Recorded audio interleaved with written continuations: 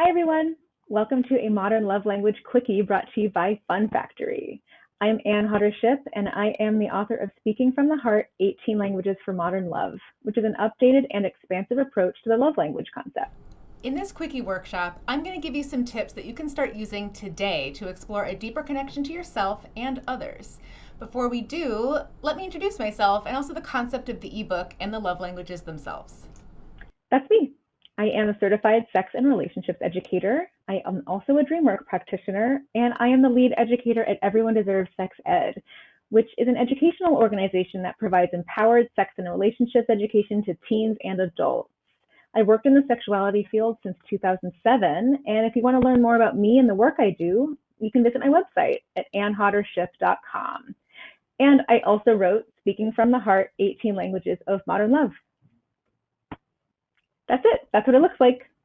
It's an ebook. So what even is a modern love language?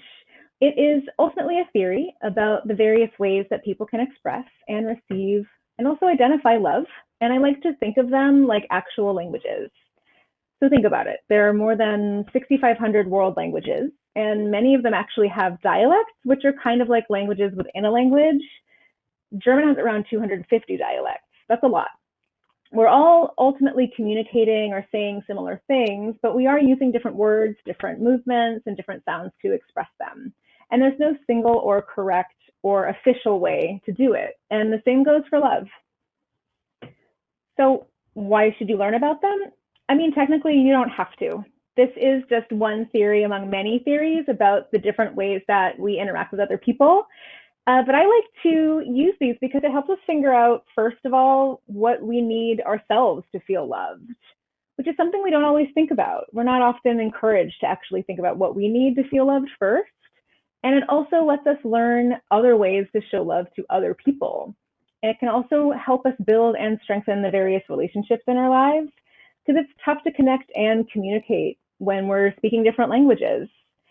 Understanding that people can speak different love languages can help us avoid some of the miscommunication, some of the misunderstanding, and some of the uncertainty that can come up in different relationships in our lives. Because instead of entering each one, just assuming that the others speak and express and receive love the same ways that we do, we can consider the possibility that the love languages that we speak most fluently might end up being love languages that the others don't understand and just don't resonate with. We might spend all this time and all this energy showing a loved one the kind of care that resonates most with us and then have it fall flat. And it's easy to assume that they're the problem, but what if we just haven't been speaking their language? And of course, learning modern love languages also gives us options for ways to show love to ourselves, which is really important. Self-love for the win, right? So what's even modern about these? A bunch of things. First off, they are expansive and affirming of all identities, all relationship styles, and all life choices. They are the result of around 6 years of observation of myself, the way I interact with others and in the world around me, as well as other folks, including hundreds of clients that I have had and talked to and gotten close with while working in the sexuality and relationships field. And honestly, these can be used in every relationship in our lives, not just with romantic partners and not just with sexual partners, which is really important to keep in mind. That includes casual hookups, friends, neighbors, coworkers, really any interpersonal interaction with someone else in our lives. Love languages are not exclusively for romantic or sexual relationships, which is really important to remember. It's also really important to remember that there are just so many different ways to give and receive love, and there are so many sources of that love. And of course, there's way more than 5 of them. One of the most common concerns that clients would come to me with when talking about the love languages was that they didn't actually feel represented by the original 5, and that none of them really fit for them. And they were worried that that meant that there was something unlovable about them or something broken about them. Absolutely no way. Having only 5 generalized categories is actually the problem. And of course, you can use them with yourself. Possibly the best part of the love language concept is you can direct all of this care and all of this attention onto yourself, which is something really important to do. You're in a relationship with yourself 24/7. You don't really get a break. You don't really have space. And for some of us, the relationship with ourselves can be the most challenging one. All the more reason to think about using love languages as a way to connect and show yourself some more love. So for this quickie workshop, I have picked 5 modern love languages to show you how you can express them to yourself. So see what resonates with you. First off is bestowing. This is kind of like giving yourself something special. It could be a gift, doesn't have to be. It could be a treat. It also could be just an unplanned break from your routine. So that could look like giving yourself the permission to order in from your favorite restaurant and order that favorite food that you just love to have and eat it all yourself. That can look like taking the scenic route home. Instead of focusing on the destination, it can look like taking a longer route where you get to see nature around you and really paying attention to what you're seeing out your window while you are driving. It also could look like watching a sunset with a blanket and a thermos or whatever else might feel cozy and comfortable. And the only goal here is to be present in that moment, looking at this beautiful scene in front of you. It also could look like gifting yourself that sex toy or that self-care tool that you have been obsessing over. Intentional time. This means setting aside or even scheduling time that is intentionally and specifically meant for your benefit and your benefit only. This is where you can prioritize your needs and do something that feels soothing and maybe even frivolous. Rest is a radical act. So that could look like setting aside maybe 30 minutes or as long as you can just for you. It can look like turning off devices if that's an option.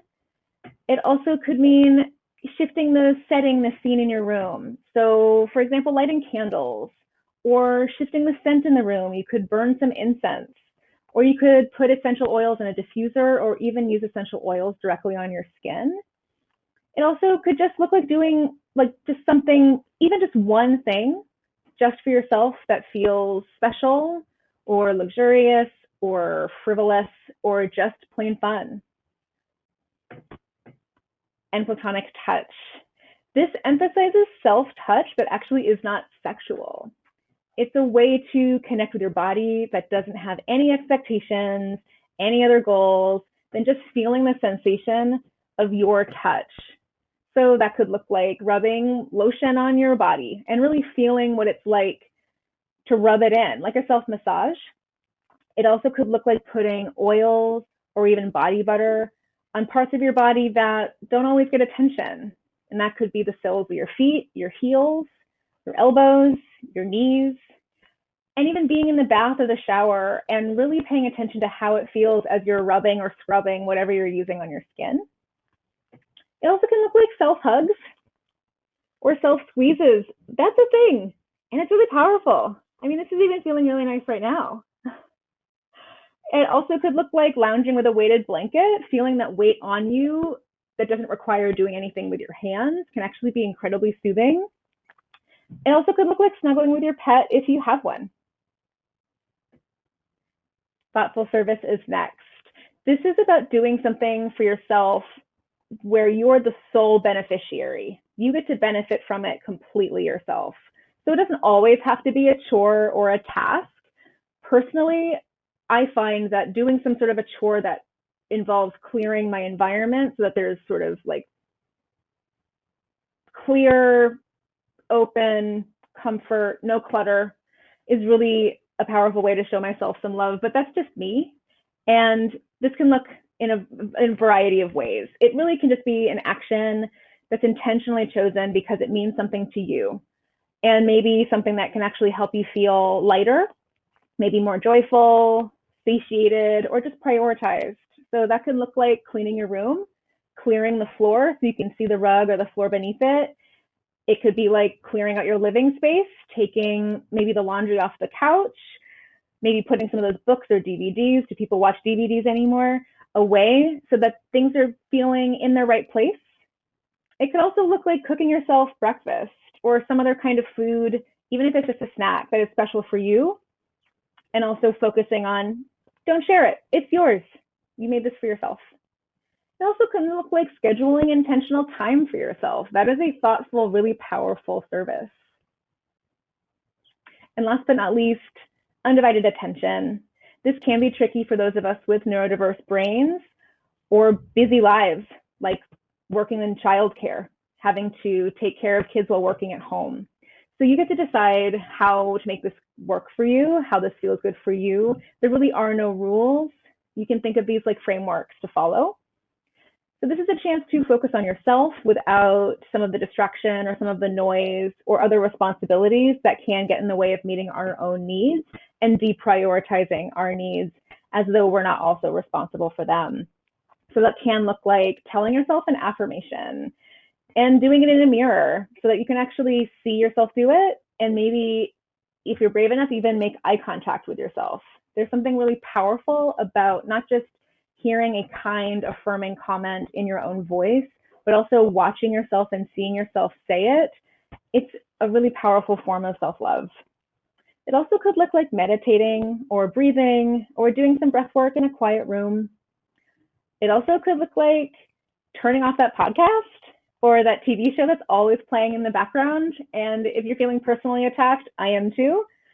It also can look like scheduling time for yourself and treating it like an appointment that you cannot miss. Put it in the calendar, even put an alert on that calendar, whatever it takes. If I can hope that you can take anything away from this Modern Love Language Quickie workshop is the truth that the most important relationship in your life is the one you have with yourself. And you deserve to put your needs, your feelings, your mind, and your body at the top of that priority list. So if any of this resonated with you, you can learn more about the modern love languages that I've developed in my ebook, Speaking from the Heart, 18 Languages for Modern Love. You can see more at themodernlovelanguages.com. And if you want, connect with me online. I'm at the Ann Hodder on Instagram and Twitter. And you can find me at my website, annhoddership.com. Happy self-loving.